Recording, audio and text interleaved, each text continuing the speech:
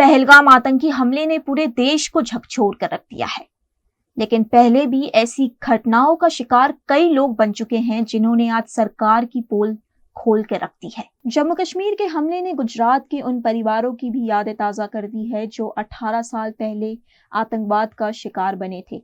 नर्मदा जिले के पीड़ित परिवारों ने आज भी न्याय और सहायता की आस नहीं छोड़ी है। તમે વર્ષો પહેલા જ્યારે જમ્મુ કાશ્મીર ફરવા ગયા હતા તો બસની અંદર શું ઘટના બની હતી? અમે ફરવા ગયા હતા બસમાં, તો બસમાં કોઈ મૂકી ગયેલા બે બાળકો હતા. હવે તે ક્યારે મૂકી ગયા, શું થયું તે ખબર નહીં. અમે બસમાં ચડ્યા એટલે અમે બસમાં તે અડધો કલાક બી નથી થતા આપણે બોમ્બ ફૂટી ગયો. બોમ્બ ફૂટ્યું ત્યારે કેવું થયું? બહુ ધુમાડો થઈ ગયા હતા.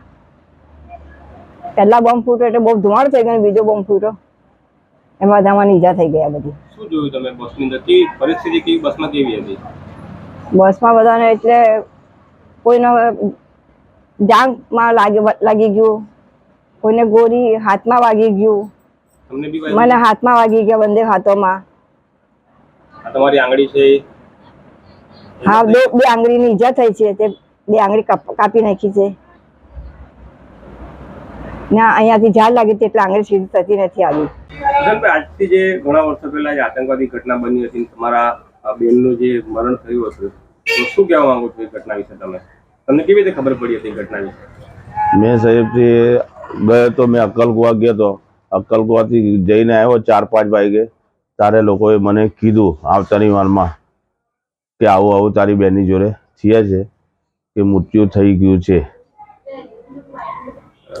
પછી થોડું સાંભળ્યું, પછી બધે ફોન માર્યો કે બોલે હા સાચી વાત છે. કેવી રીતે બની ત્યાં ઘટના? કઈ ગાડીની અંદર એ લોકોએ બોમ્બ નાખેલો હતો. ગાડીની અંદર બોમ્બ નાખ્યો હતો. ગાડીની અંદર બોમ્બ વિસ્ફોટ થયો. પછી આવું થવું ના જોઈએ. કોણ કોણ ગયું હતું તમારા પરિવારમાંથી? અમારા પરિવારમાંથી અમારી મામી ગયા હતા, હસીના બેન ગયા હતા. પછી બધી આવી વાત સાંભળીને પછી હાંજ પડી ગઈ. તો પછી બોલે હવે અત્યારે તો તમારે નહીં આવે, અત્યારે બીજા દિવસ આવશે મૈયત લઈને. ને આવું થવું ના જોઈએ. મતલબ બોમ્બ આતંકવાદી હમણાં જે ઘટના બની છે 2 દિવસ પહેલા, તમને ખબર પડી હશે? આ ખબર પડી. તો તમને આ ઘટના કેવી રીતે તાજી થઈ? તમને કે ભાઈ આવું ટીવી પર તમે દ્રશ્યો જોયા આતંકવાદી ગોળીઓ મારે છે, બધું આવું કરે છે, એ ખોટું છે. એ થવું ના જોઈએ. મતલબમાં કોઈ બી કોમ ન હોય. મતલબમાં સરકારે શું કરવું જોઈએ તમારા હિસાબે? સરકારે આ રોકવા માટે સરકારે તેની લીધે એમને સજા આપવી જોઈએ.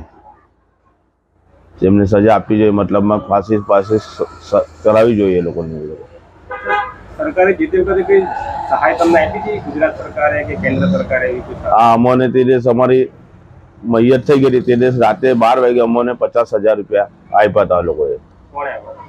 એ મતલબ અહેમદભાઈ પટેલે આપ્યા હતા મને.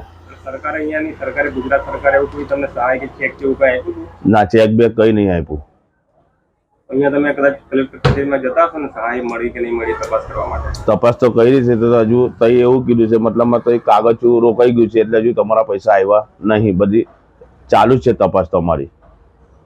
અરે 18 વર્ષ થઈ ગયા, તઈ સુધી કઈ થયું જ નહીં, એનો નિકાલ જ નહીં આવ્યો. પેલા સાહેબ કે કાગળો આપીને ગયા તો કહે છે આ તમારે ઉત્તરાયણ પહેલા આવી જશે કે ઉત્તરાયણ પછી આવી ગયા. તેના બી 4-5 મહિના થઈ ગયા, તઈ તક હજુ આવ્યા નહીં.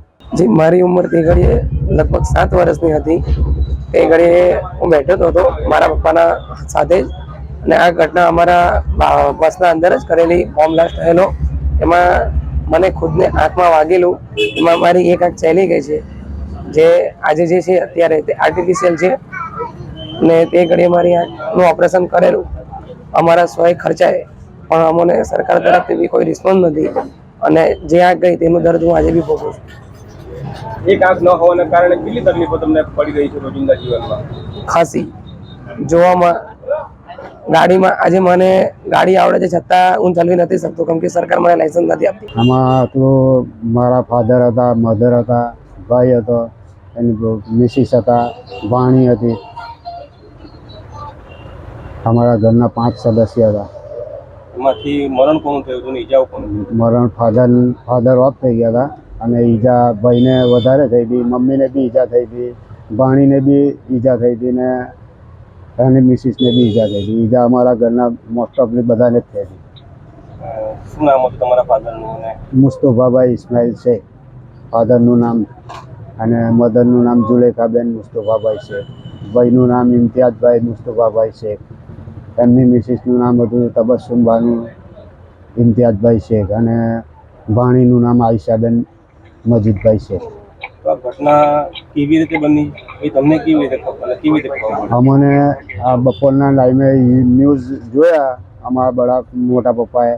ત્યાર પછી અમને એમને બોલાવ્યા ઘરમાં કે આ ન્યૂઝ છે, આ બસ આપણા ત્યાંની જ છે. તે એમને પૂછ્યું તો કે હા અમારા ત્યાંની. અમે કીધું કે ભાઈ અમારી જ છે બસ. એટલે અમે જોયું ને પછી અમે એની જાણ કરી ને એમાં એ બધા અમુક ઓળખીતા દેખાયા ન્યૂઝ પર. ત્યાર પછી અમે જાણ કરી.